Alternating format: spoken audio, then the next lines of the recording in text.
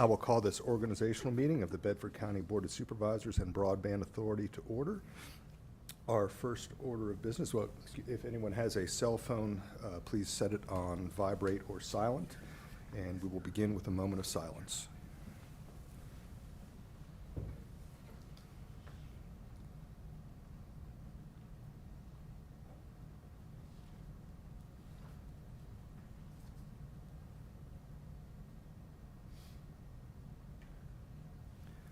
If you'd like to rise, say the Pledge of Allegiance. Allegiance to the flag of the United States of America and to the republic for which it stands, one nation, under God, indivisible, with liberty and justice for all.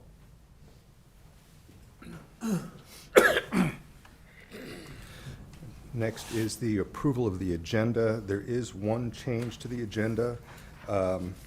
Item 5F, the readoption of the Broadband Authority's Rules of Procedure, we would like to move to the next meeting.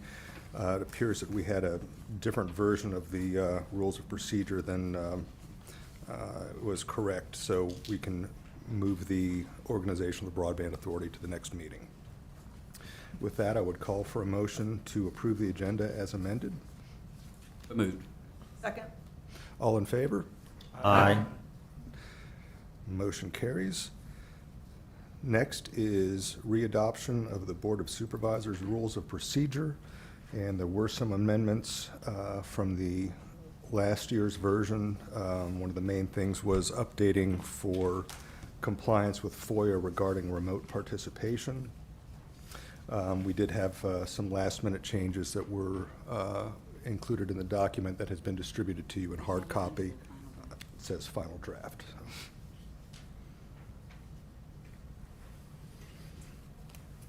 And would open the floor for discussion and possible action. I move that we approve the readoption of the Board of Supervisors Rules of Procedure with revisions. Second. We have a motion and a second. Any further discussion? I got one question. Mhm. I think I asked this last year and I forgot what the answer was. On a call-in, like if you're on vacation or sick, I think it only lasts 2 times. Is that something that's in concrete? If you're sick, the 2-meeting limit does not apply. That's part of the new FOIA rule. If it's just a straight-up personal matter, vacation, something else, that is limited to the 2 Sick person. doesn't count towards. Sick does not count toward the 2-meeting limit. That's correct.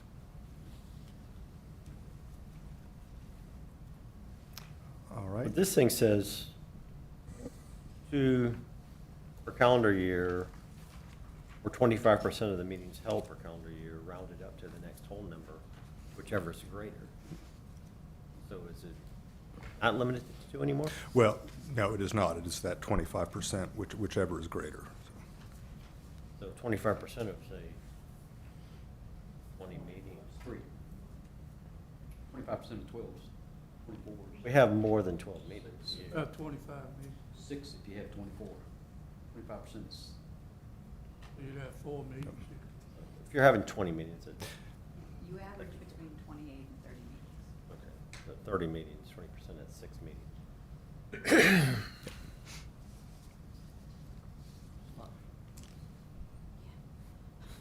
Oh, no, not 20%, 25%. 7.5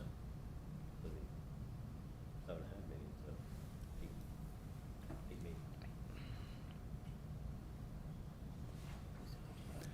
meetings. All right, we have a motion and a second. Motion on the floor. All in favor? Aye. Aye. Any opposed, like sign? Motion carries. Next order of business is election of chairperson, and I would open the floor for nominations at this time. I'd like to make a nomination for Edgar Tuck for chairman for the 2023 calendar year. I'll second. Are there any other nominations? Hearing none, I will close the floor for nominations and take a roll call vote. Mr. Johnson?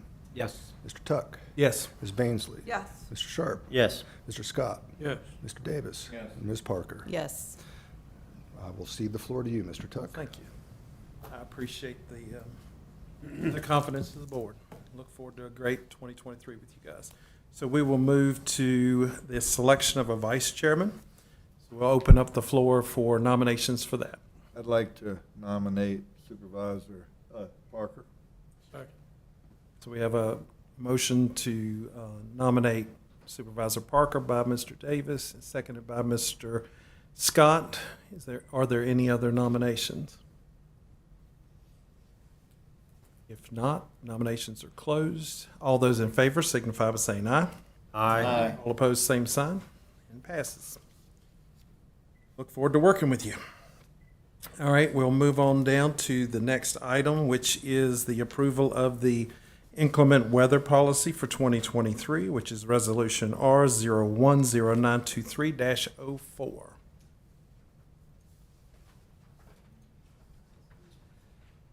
Okay, this is my Cheat sheet. cheat sheet. Mr. Chair, I didn't see any big deals there, so unless it's any other questions or discussion, I make a motion we approve Resolution 10923-04. Second. Motion by Mr. Scott, seconded by Mr. Davis. Is there any further discussion for any clarification? Why couldn't we do that online? Why did it have to be canceled? I believe you still have to have quorum present.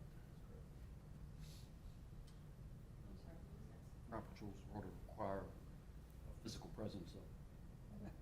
That's a question. Right. All right, all those in favor of that motion signify by saying aye. Aye. All opposed, same sign. And that passes. I'm sorry, who made the second for that motion? Mr. Davis. Davis. Okay, thank you. And let's see, we moved the adoption of broadband to the next meeting. You That- gotta do the schedule. Oh, yep, sure do. So next on our agenda is the approval of the 2023 meeting schedule, which is Resolution R010923-05. Is there any discussion regarding the schedule? I have one, same one I had last year.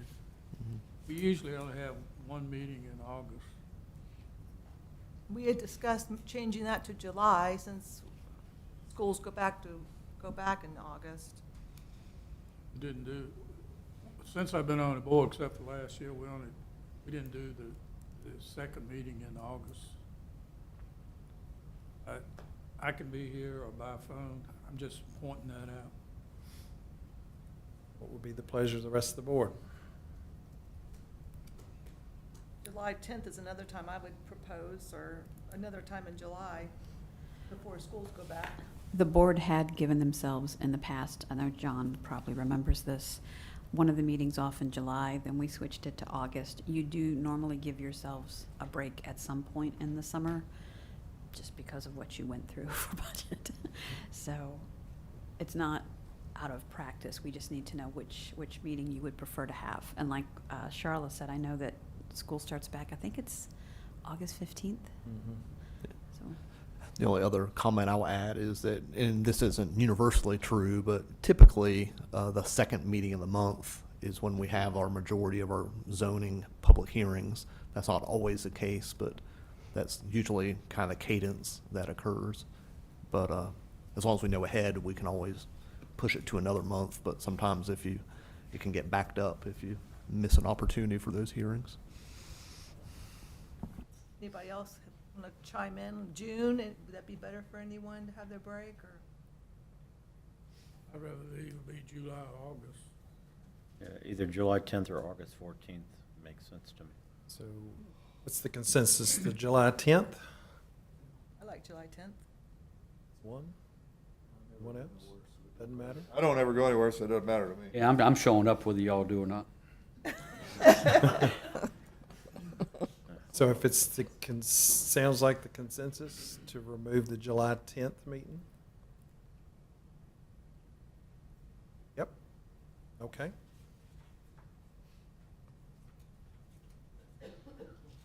So I would entertain a motion to adopt that with that change. So moved. And a second from Second. Mr. Scott. So we have a motion on the floor to approve the meeting agenda minus July 10th from Supervisor Bansley and seconded by Supervisor Scott. All those in favor signify by saying aye. Aye. All opposed, same sign. And that passes. All right. That moves us to the citizen comment period. Anyone that wishes to speak on anything other than a public hearing, which we have none tonight, you'll have 3 minutes. Speak on anything you like. So I have one person signed up, so that would be Grant Winman. You come to the podium and just state your name and the address for the record. Hello, I'm Grant Winman. I live on 1118 Tucker Terrace in Evington. And I just want to thank you all for the opportunity to come up here and speak. I have a handout for everybody. Sure.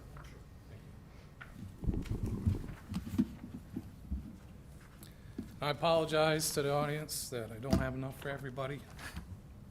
Trying to make this quick. I'm here to speak about outdoor shooting ranges, particularly in residential areas. A little bit about me on slide 3.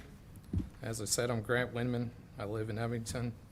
On Tucker Terrace, I'm an Air Force veteran. I served from 1994 to 2002. I'm security forces and a combat arms instructor. I mention that because I want you all to understand that I'm definitely not skittish around firearms, and I know a thing or two about them too. Particularly when I hear rounds firing, I recognize what I hear. I'm gonna go ahead and skip to slide 4. There was a recent incident where a neighbor operating an outdoor shooting range gets fairly heavy use. There was a round that I heard go off, and immediately following, I heard what sounded like a ricochet round flying overhead. It was not something that completely startled me. It was apparent that it was well overhead, but it made me wonder how many times this has happened when I didn't hear it. If you were to look at slide 5, you'd see an outline of the people's property, and there's a little, it's basically encircled in red. And you see a yellow indicator of where their range is, and their range is roughly 1,850 feet from my property. My property is the little green dot right above 792 indicator. That's Tucker Terrace there. If you look at that range, it's obvious that their dirt backstop will not stop rounds from ricocheting outside their property. It won't stop rounds from being fired over the backstop. There's no limits on the type of firearms or ammunition that could be fired from that range. And there's no consideration for what's called the surface danger zone. So if you go to slide 6, there's some information here from the military. This comes from Department of Army pamphlet 38563. Talks about surface danger zones. It is the area that extends from firing point to a distance downrange based on projectiles fired. Specific dimensions that provide a contained area for all fragments resulting from a caliber of weapons fired. Surface dangers, or excuse me, the SDZ area is not considered a part of the range, but it is one of the deciding factors considered when determining the location. And there's a little graph there that I copied out of the pamphlet from the Army. And, as we all know, the ranges of these, even small caliber firearms go far beyond 100 yards.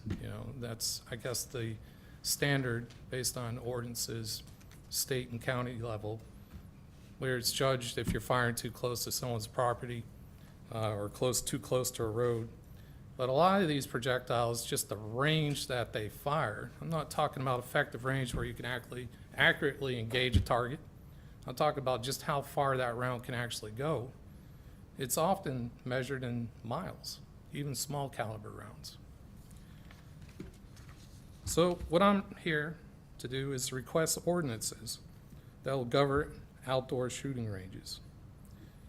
We need minimum design criteria, to ensure safety of our residents. We also need to make sure that we prevent serious accidents. Often we act after the fact when something's happening. I ask you all to consider acting before something happens. You also should consider the growth of your county.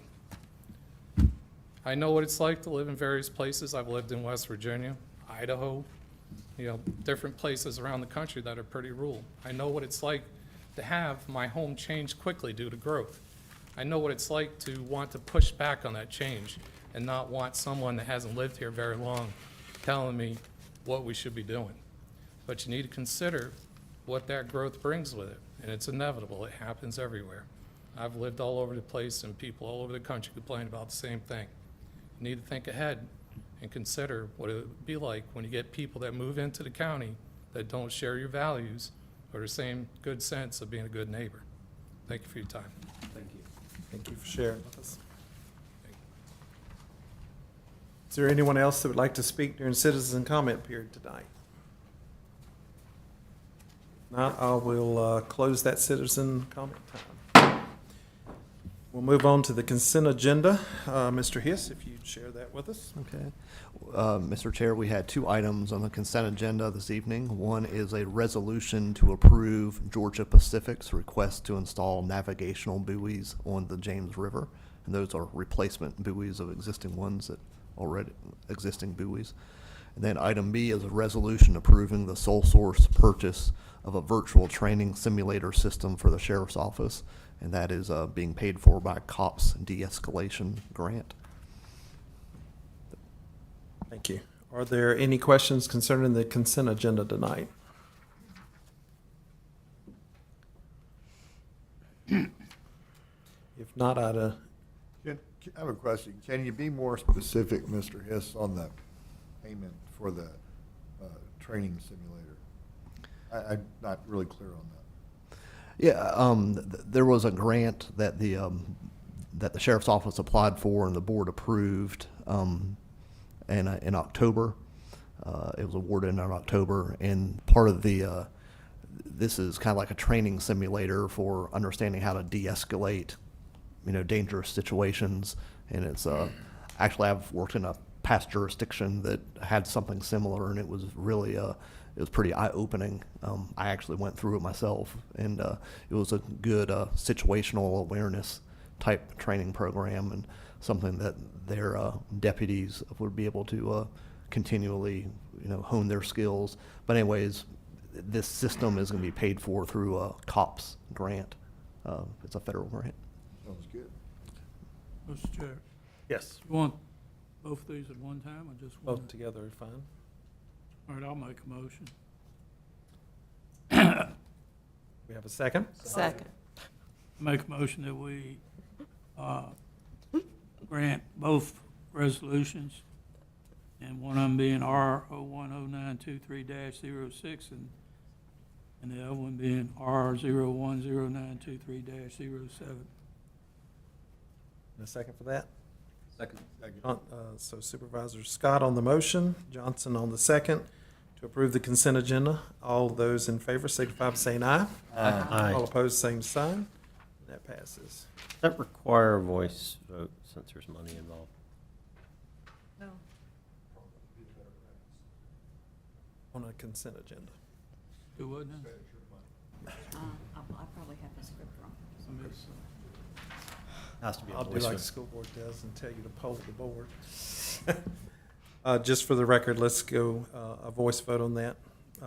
Johnson Yes. and Ms. Bansley, Yes.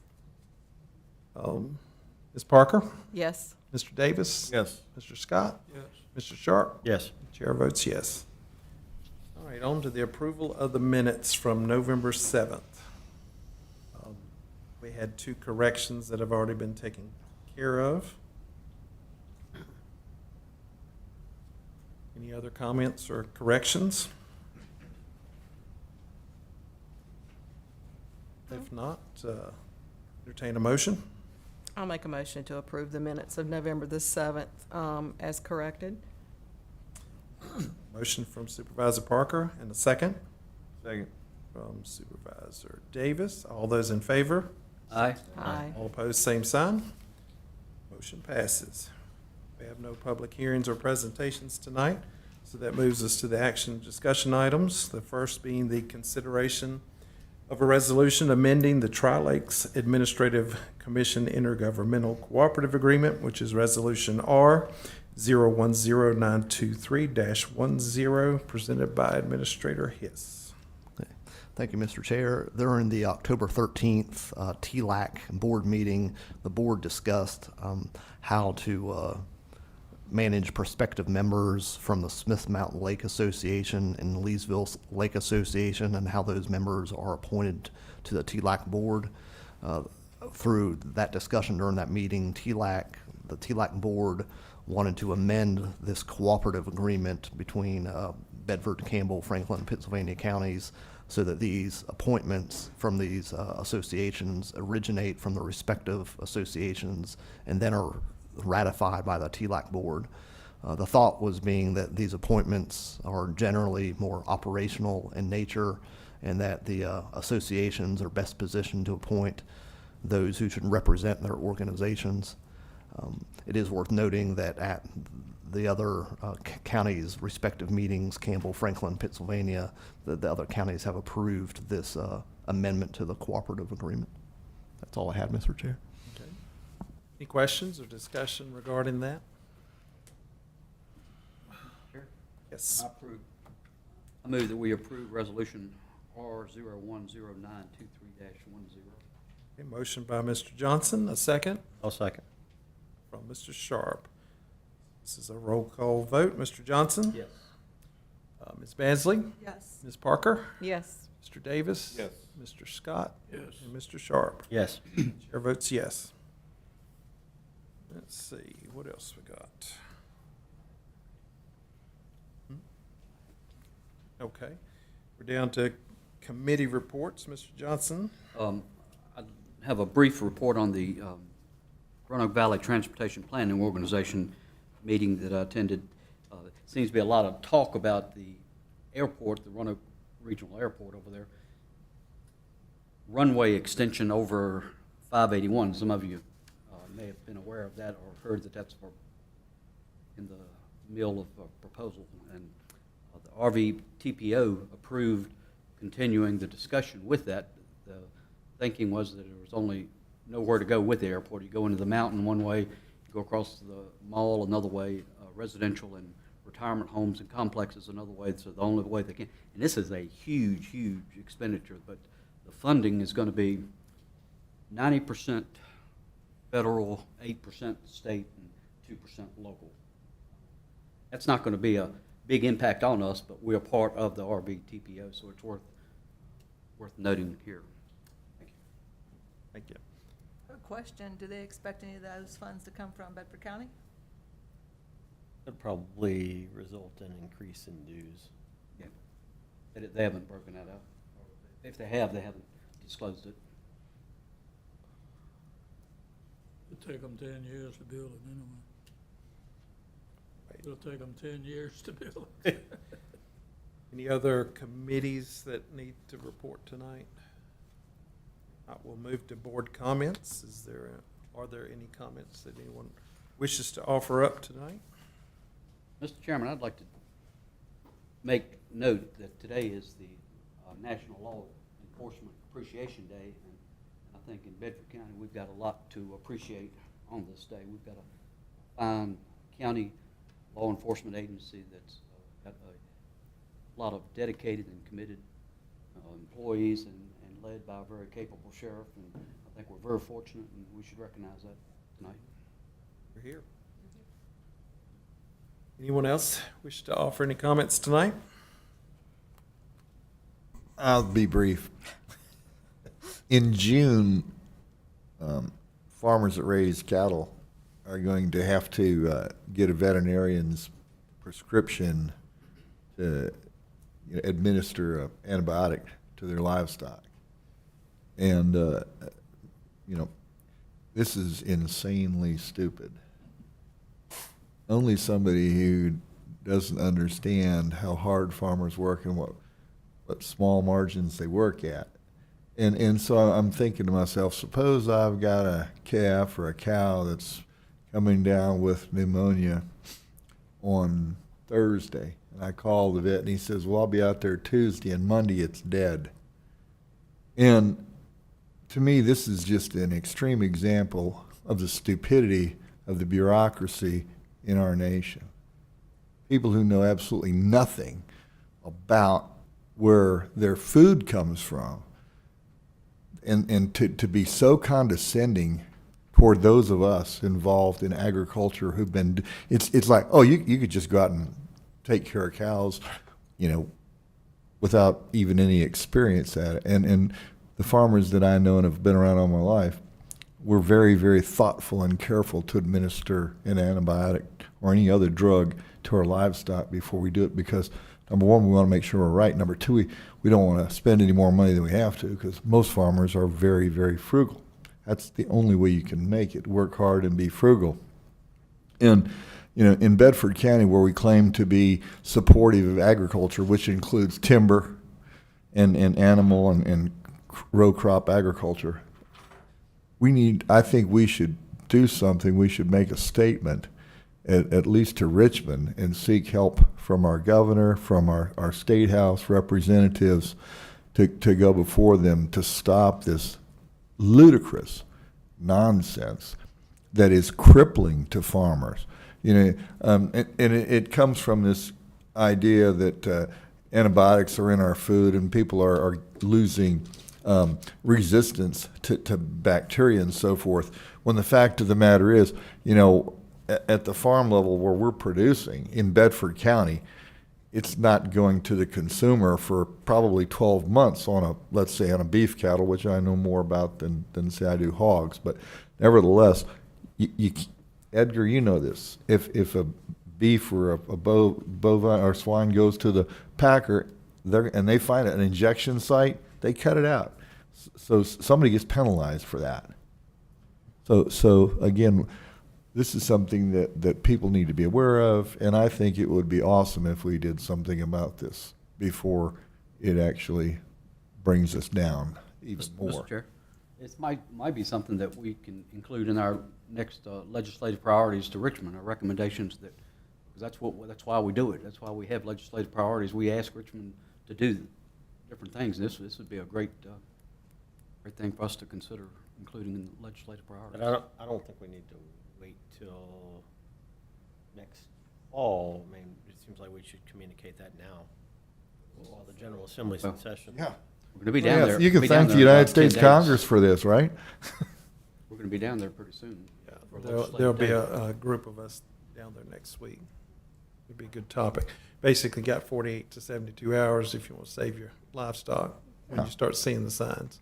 Yeah, well, I mean, and the sad truth is too, is veterinarians, we have, in Bedford County now, we have one large animal practitioner who will work on beef cattle. And he just happened to show up at Riverside Veterinary Clinic. And he's a very good young man, good veterinarian. But I'm using a guy from Chatham for years, and he's in his 70s, still a great veterinarian. But you can't, there's no large animal veterinarian practitioners in this area, other than now we've got one new one, thank the good Lord. Any other comments from the board? All right, if not, we will move on to board appointments. We've got several that need to be done tonight. The first would be an appointment to the Bedford County Social Services Board. We need nominations for that position. I nominate Tammy Parker. Supervisor Bansley has nominated Supervisor Parker. Is there a second?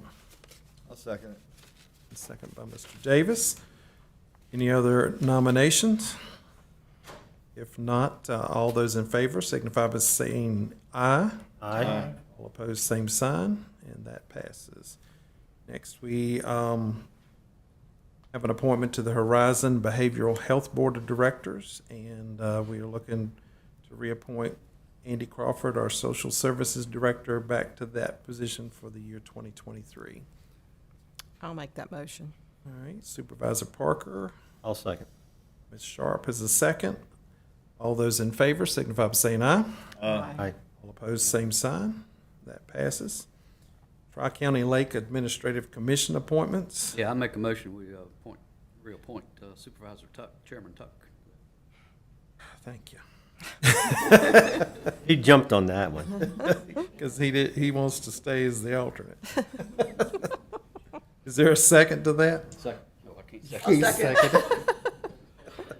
I'll second it. All right. I guess we'll do the actual representative. So all those in favor signify by saying aye. Aye. All opposed, same sign. We also need an alternate. Johnson. Johnson. Sharp and Bansley. All those in favor signify by saying aye. All opposed, same sign. Sorry. That passes. We also need a motion to reappoint Robert Hiss as the county representative to the Tri-County Lake Administrative Association with the term beginning February 1st, 2023, ending January 31st, 2024. So moved. That's Johnson on the first, Second. Sharp on the second. All those in favor signify by saying aye. All opposed, same sign.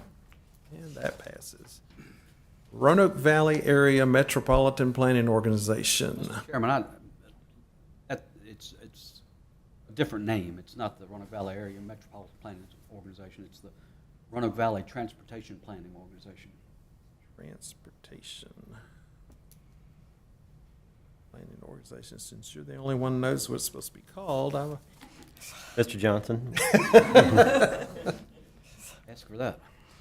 so that's first from motion from Sharp. Who's the second? Second. Second from Bansley. All in favor signify by saying aye. Aye. All opposed, same sign. And that passes. Now we're down to the Board of Zoning Appeals. We need an at-large representative to the Bedford County Board of Zoning Appeals, and that is a 5-year term at large. And Mr. Chair, we did get a late application today, so we have 2 applicants for that position. I don't know if the board wants to take those up this evening or set that over to another date. What would be the pleasure of the board? We have, I'm fine with holding it to the next meeting. I haven't seen the second one for sure. That didn't get emailed to you guys till probably after 3 o'clock. so the consensus is to remove that to the next meeting, so we will pull that off. That will bring us to the county administrator report. Okay. Two items.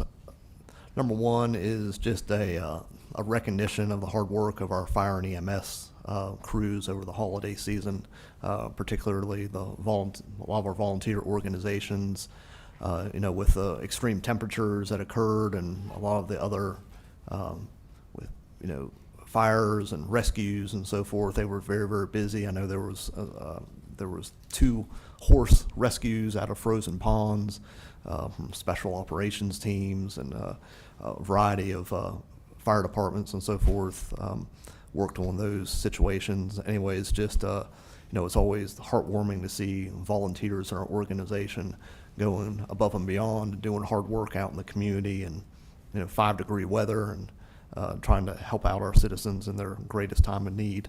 So, anyways, it's just a special opportunity to recognize that hard work and dedication that we see on a routine basis from those crews out in the county. Second one is a little bit more administrative. Just a very quick update on personal property taxes. As of right now, about 50% have been paid to date. So still have a ways to go with that.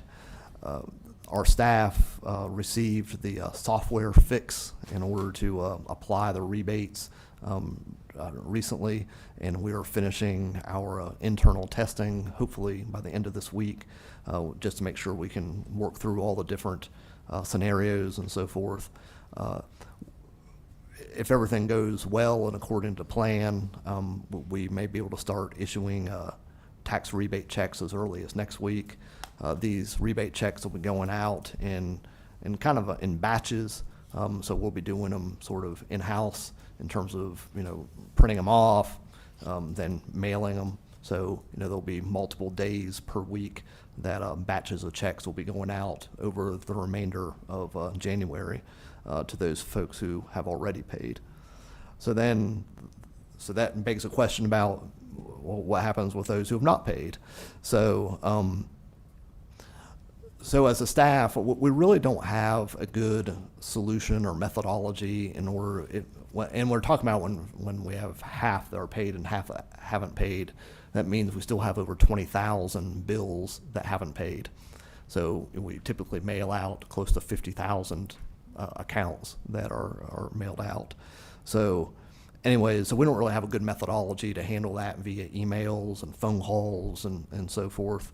So what we've just thought was really the only other option that's out there is to send out kind of updated statements to those who have not paid in order to so they have an updated bill with that 33% rebate applied. So if somebody owes $1,000, they'll get a new statement that says, there's $667 that you would owe.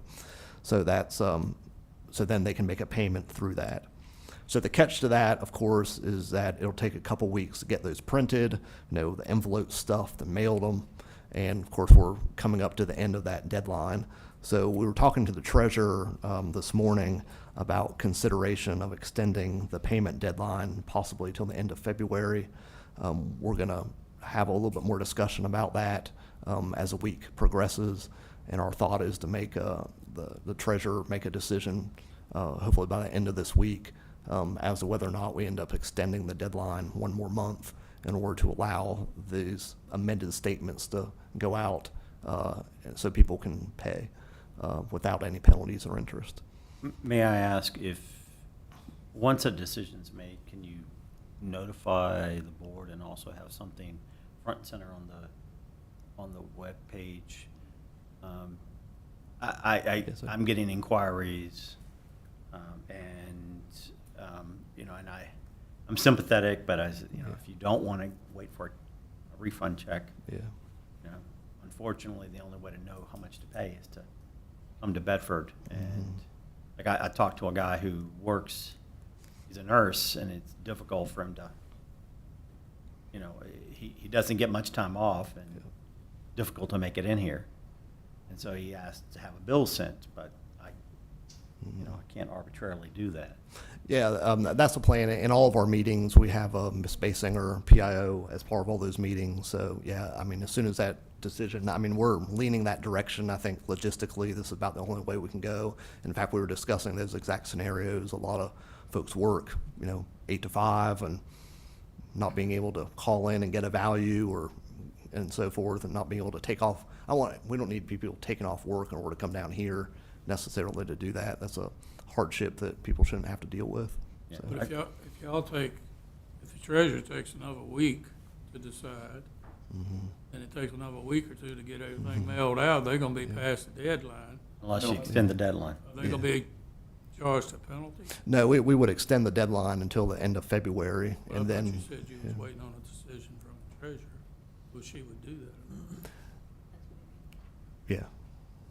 Not sure. Well, what I would was. just like to say that based on everything you're saying is, let's definitely don't send out another round of bills unless you got a deadline. Exactly. Yeah, No, yeah. I agree. No, otherwise it would Yeah, be. It's going to arrive when it's due. It'd be futile if we did that. Yeah. Yeah, I agree. That was part of the discussion. It doesn't make any sense to do that. So, Okay. yeah. But anyways, that's the trajectory we're heading, and we'll definitely keep you informed this week. There's probably going to be something else that will happen going forward that you all need to communicate with county taxpayers. And in almost every business that I know of, and mine included, we got to have all of our customers' email addresses. Now, I realize you guys got a few more customers than I got, but wouldn't it be great if the county had the email addresses of all the taxpayers who actually used email, which is most everybody, and could inform them through email of their, say, in this case, their tax liability? Yeah, actually. Or whatever Mr. information they need instead of having to do the snail mail, which just goes up continually, you know? Yeah, actually, we're looking at doing the reverse, to be honest with you. We're working with, there's an additional module that we have never implemented yet in our, in the Munis program in the tax office, and that's a citizen self-service portal. And we're starting to kick that off with the idea that we'd have more information available so citizens can kind of, for lack of a better word, log in to their kind of account and check everything out online through the treasurer's office. And we hope, if everything goes well again, that we might be able to have that implemented up for the next billing cycle for real estate. So we're kind of thinking about doing the opposite. So it'd be more of a self-service opportunity. Yeah, I was getting ready to ask if we were any closer to implementing that so they can print their bills off. Yep. Franklin County has that option on their site. Yep. Speaking of taxes and phone calls and constituents' concerns, I guess they're really gonna start ringing here this week on the real estate. Have any, Well, we don't want to rush that computer. It's only been 6 Well- years since we bought the program, so. turn your phone off, I guess, about another day. Do we have the average yet? It went out Friday. I don't know. I don't have an average. The one figure I do have is the increase in total value. So the total value between the last reassessment and what it is now. But that includes growth Yeah. that occurred, right? Exactly. It was 31%. So there was a 31% increase in total taxable value between the last reassessment and this one. Strange coincidence. That's the only number I have as of today that I've But been able to get. again, that includes growth, so That's you're right.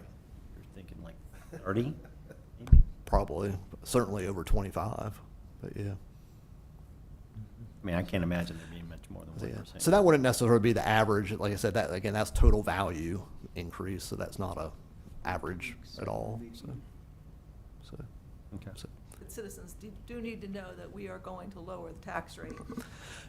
Yeah, we, again, Ms. Basinger organized a media day last week, and that was good. We had 3 TV cameras, 3 TV stations, and 2 newspapers attend. And we covered all that, and I know that was in my talking points, that the tax rate will definitely be decreased from 50 cents. Now, where we end up landing, we'll work through the budget process, get some more data, and we'll have a whole lot more discussions over the next couple months. Equalized rate.